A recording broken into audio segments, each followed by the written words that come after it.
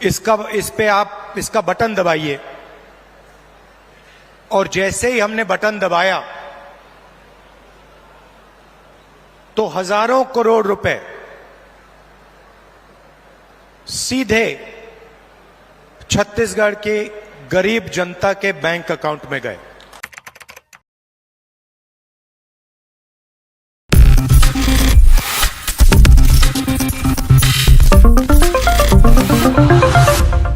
नमस्कार, next 9 news देख रही हैं आप और मैं हूं आपके साथ प्रज्ञा सिंह। कांग्रेस पार्टी के वरिष्ठ नेता राहुल गांधी आज छत्तीसगढ़ पहुंचे। छत्तीसगढ़ में किस तरह से राहुल गांधी ने चुनावी हुंकार भरी है और सीधे सीधे विपक्ष को ये बता दिया है कि छत्तीसगढ़ उनका है और उन्हीं का रहेगा। क्या कुछ कहते हुए चुनाव को लेकर राहुल गांधी नजर आए, आप भी जरा सुनिए। बिलासपुर आकर आज मुझे काफी खुशी हो रही है।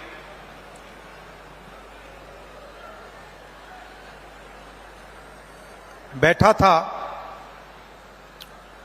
और मुझे ये रिमोट कंट्रोल दिया गया और कहा कि देखिए इस पे आप इसका बटन दबाइए और जैसे ही हमने बटन दबाया तो हजारों करोड़ रुपए सीधे छत्तीसगढ़ के गरीब जनता के बैंक अकाउंट में गए।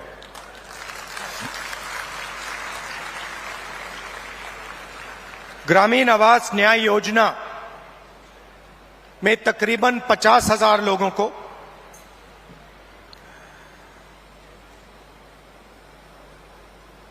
एक दो सेकंड में बैंक अकाउंट में पैसा मिला। पीएम आवास योजना में जो हिंदुस्तान की सरकार की जिम्मेदारी है उसमें अभी हिंदुस्तान की सरकार ने जो छत्तीसगढ़ को पैसा देना था वो नहीं दिया है और 7 लाख लोगों को जो आवास दिल्ली की सरकार के पैसे से मिलना था वो नहीं मिला।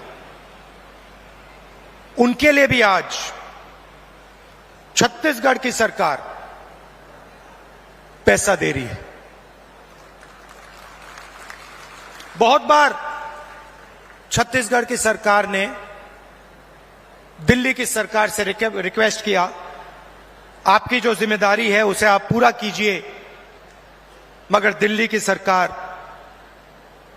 अपनी जिम्मेदारी नहीं निभाती है। आज तकरीबन 1200 करोड़ रुपए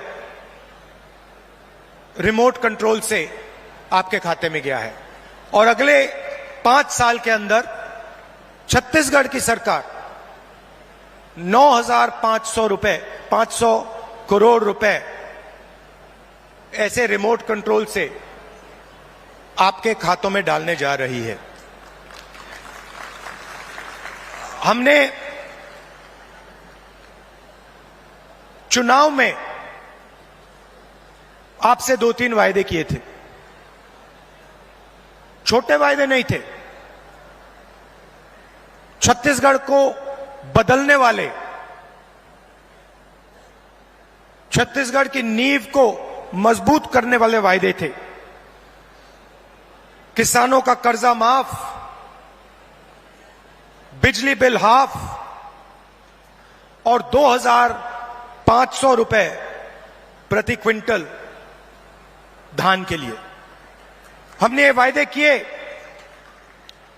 और देश के प्रधानमंत्री नरेंद्र मोदी जी ने कहा कि कांग्रेस पार्टी इन वायदों को पूरा नहीं कर सकती है। सच्चाई आपके सामने है। हमने जो वायदे किए थे हमने उनको पूरा किया। किसान न्याय योजना में 21,000 करोड़ रुपए हमने छत्तीसगढ़ के किसानों को इनपुट सब्सिडी के माध्यम से दिया। जिन किसानों के पास जमीन नहीं थी उनको भी हम नहीं भूले। उनको 7,000 रुपए प्रति साल कांग्रेस पार्टी की सरकार ने छत्तीसगढ़ में दिया। आदिवासियों को एमएसपी फॉरेस्ट प्रोड्यूस के लिए और देश में सबसे बेहतर फॉरेस्ट राइट एक्ट का इंप्लीमेंटेशन छत्तीसगढ़ की सरकार ने किया। स्वास्थ्य में 5 लाख रुपए परिवार के लिए 70 लाख परिवारों को फायदा मिला। 380 अंग्रेजी के स्कूल खोले और 42,000 वैकेंसियां भरी। 1.3 लाख युवाओं को 2,500 रुपए महीना का दिया। यह आप जानते हो। दूसरी तरफ भी रिमोट कंट्रोल है। बीजेपी का रिमोट कंट्रोल, वो भी उसको ऐसे ही दबाते हैं, मगर हमने रिमोट कंट्रोल को कैमरा के सामने दबाया। बीजेपी छुपे छुपे रिमोट कंट्रोल दबाती है, नरेंद्र मोदी जी दबाते हैं। जैसे ही रिमोट कंट्रोल दबता है, एक तरफ अदानी जी को बंबई का एयरपोर्ट मिल जाता है, फिर से दबाते हैं, अदानी जी को रेलवेज का कॉन्ट्रैक्ट मिल जाता है, फिर दबाते हैं, इंफ्रास्ट्रक्चर मिल जाता है। तो 2 रिमोट कंट्रोल चल रहे हैं। ये हमारा वाला सबके सामने चलता है। हम इसको दबाते हैं, किसानों के खाते में पैसा जाता है। 2,500 रुपए क्विंटल धान में आपको मिलता है। अंग्रेजी स्कूल खुलते हैं। बीजेपी दबाती है, पब्लिक सेक्टर प्राइवेटाइज हो जाता है। आपका जल, जमीन, जंगल, उनका छुपे छुपे बटन दबता है, अदानी जी के हवाले हो जाता है।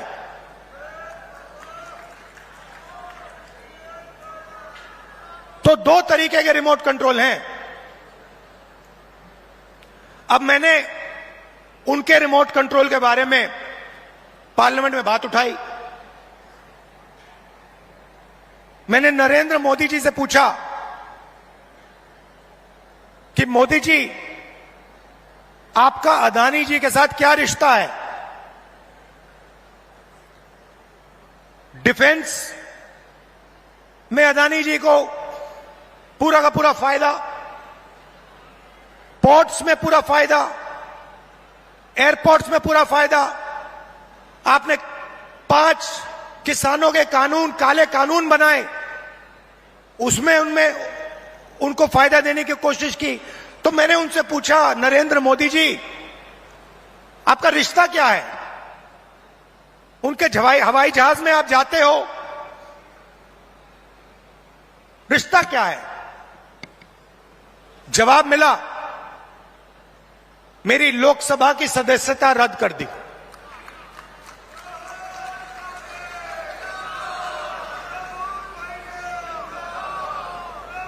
कोई फर्क नहीं पड़ता। हम कांग्रेसी हैं, हम सच्चाई रखते हैं आपके सामने। हम आपसे झूठे वायदे नहीं करेंगे और हम जो कहते हैं वो करके दिखाते हैं। अब एक नया मुद्दा उठा है। नरेंद्र मोदी जी जहां भी जाते हैं ओबीसी वर्ग की बात करते हैं। करते नहीं करते हैं? करते हैं ना। कांग्रेस पार्टी ने कास्ट सेंसस किया था, याद है आपको? याद है? उसमें हिंदुस्तान में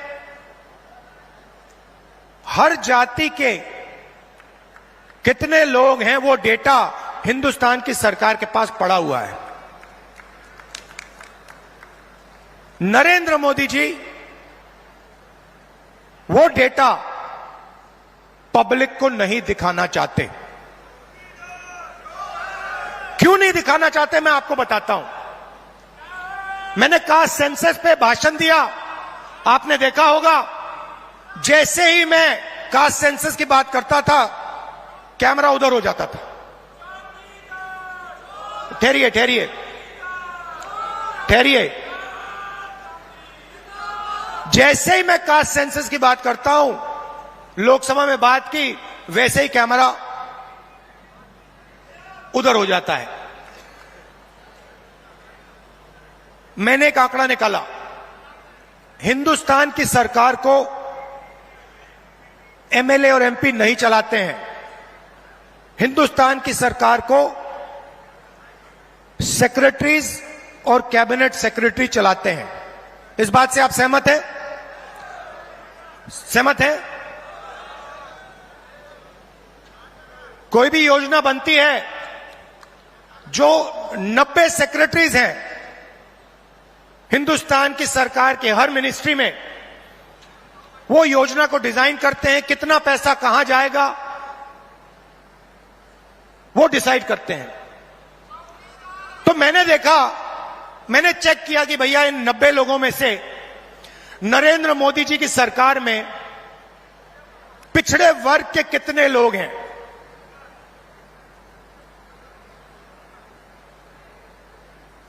आप हिल जाओगे। 90 लोगों में से सिर्फ 3 लोग ओबीसी समाज के हैं, और वो 3 लोग हिंदुस्तान का सिर्फ 5% बजट कंट्रोल करते हैं।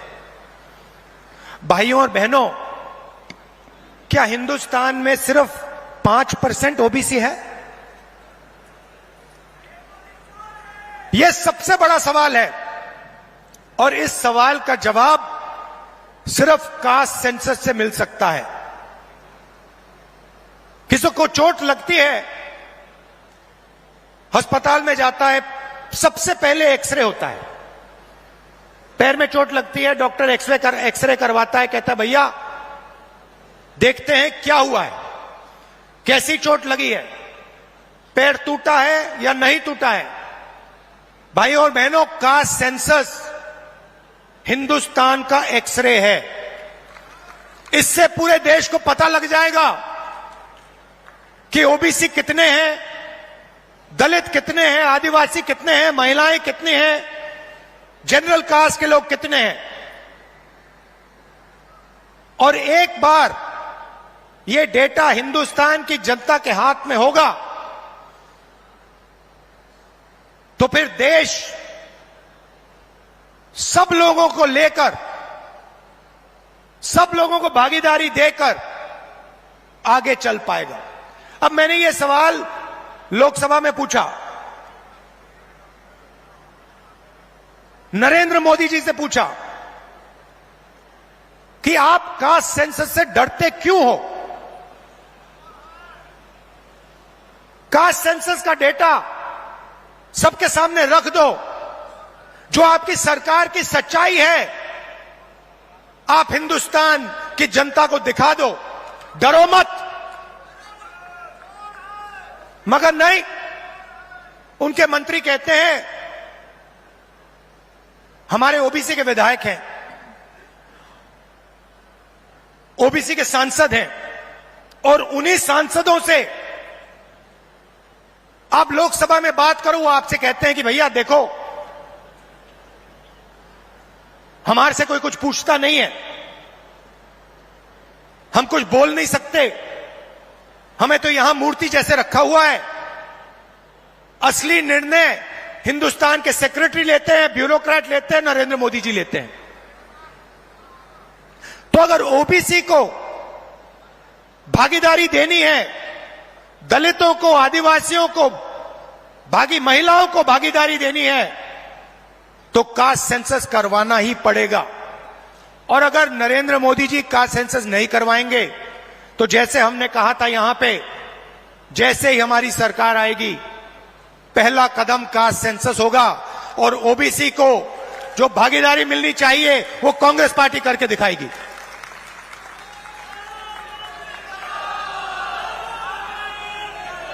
आप सब यहां आए, दूर दूर से आए, हमारी बात सुनने आए, आपने अपना कीमती समय हमें दिया, इसके लिए दिल से बहुत बहुत धन्यवाद।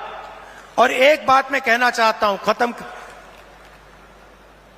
एक बात कहना चाहता हूं, देखिए कांग्रेस पार्टी जहां भी सरकार चलाती है, चाहे वो राजस्थान हो, हिमाचल हो, छत्तीसगढ़ हो, कर्नाटक हो,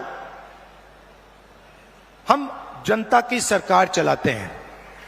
कर्नाटक में हमने 5 वायदे किए, ऐतिहासिक वायदे।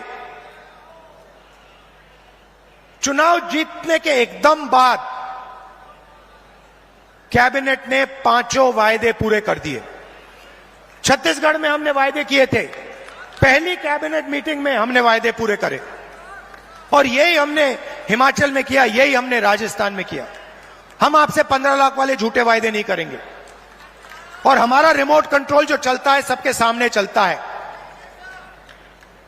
हमारी अदानी जी की सरकार नहीं है, हमारी किसानों की, मजदूरों की, दलितों की, आदिवासियों की, पिछड़ों की, कमजोर वर्गों की सरकार है।